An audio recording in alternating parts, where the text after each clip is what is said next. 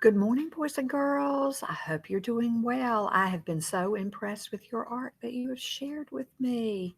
If you have not finished your two Starry Night compositions, just keep those and keep working on them. We won't need them till we come back to face learning. We're not going to try to weave those while you're at home because the process is a little bit difficult to get started, and I don't want you to get frustrated. But please do save them in a safe place, and when we come back to school, you'll just bring those and we'll get started with that activity of weaving the two compositions together. It's going to give us kind of a cubist or angled weaving, and you're going to be able to see both of the compositions, but they're only going to be woven into one picture.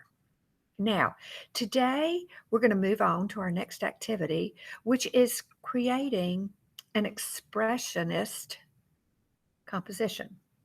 Now, expressionism is when an artist wants you to know how they're feeling inside and does that through their composition or with their artwork.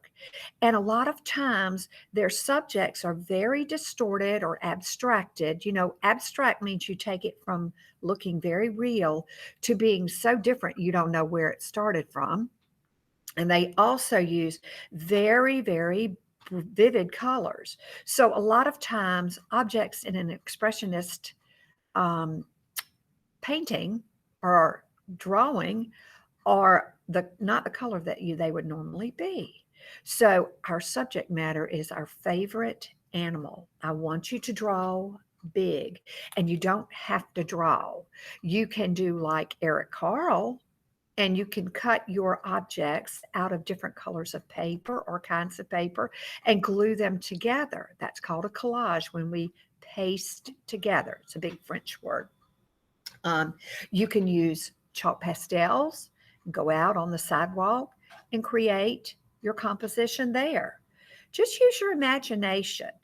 And we're going to create an expressionist picture. Now I'm going to do something that I don't always do when you get to third grade. I'm going to read you a book. This book was written by Eric Carle, and y'all all know about Eric Carle because we did a lot of him when you were in younger grades. And he wrote this book about an artist whose name is Franz Marc.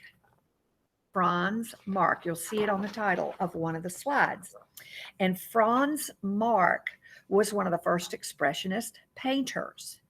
And he and Edvard Munch, you might remember the picture of the scream in Mrs. Walkirk's classroom. Don't we feel like that some days today? It's by Edvard Munch. He was also an expressionist painter. And Vasily Kandinsky.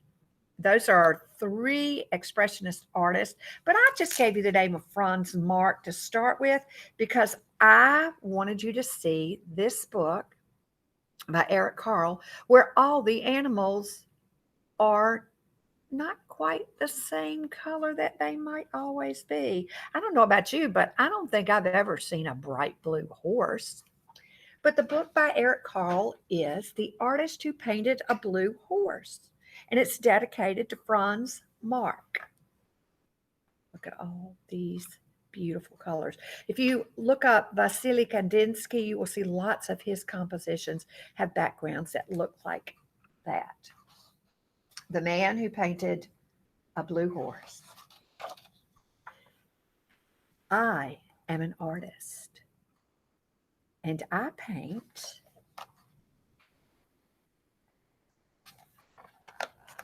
a blue horse.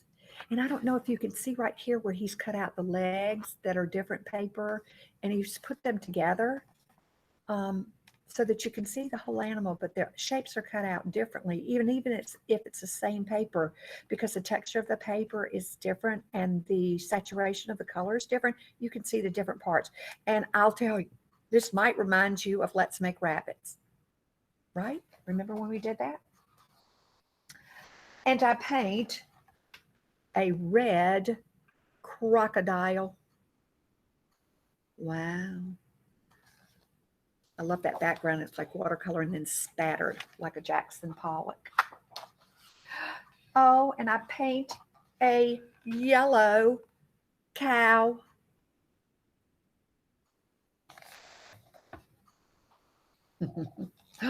Oh, and a pink rabbit. That's like, let's make rabbits.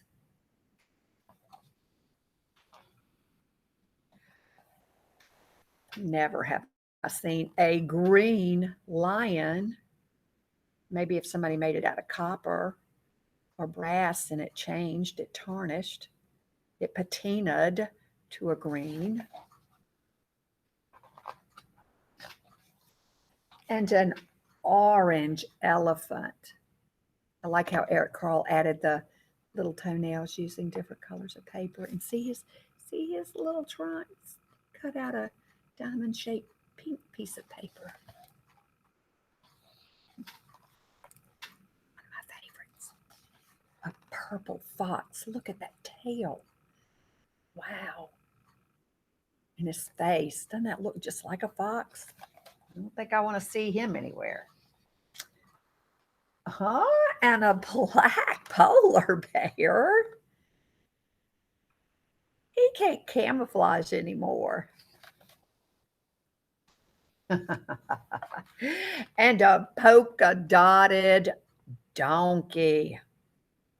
Isn't that fun?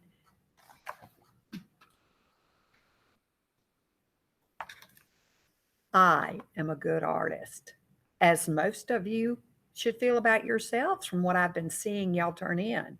Wow.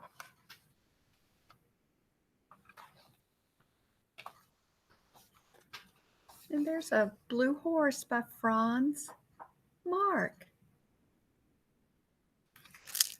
All right, boys and girls, I'm going to type the directions in just in case you can't remember what I've told you to do.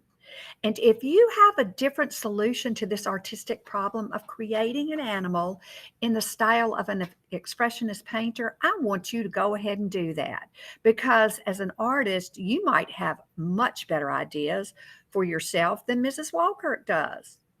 Now, I hope you have a great week. Please share with me if you're having any trouble. Email me. I try to get back to you as quickly as I can, boys and girls. But there's some mornings when I come to school, I have 75 emails and Google Classroom, or I have, a lot of sharing being done. And I need to send back a message to everyone. I miss you. I hope you're staying safe. Let's get to the expressionist painter in all of us and create a composition with an animal who isn't the color he normally would be. And make sure you share with Mrs. Walker.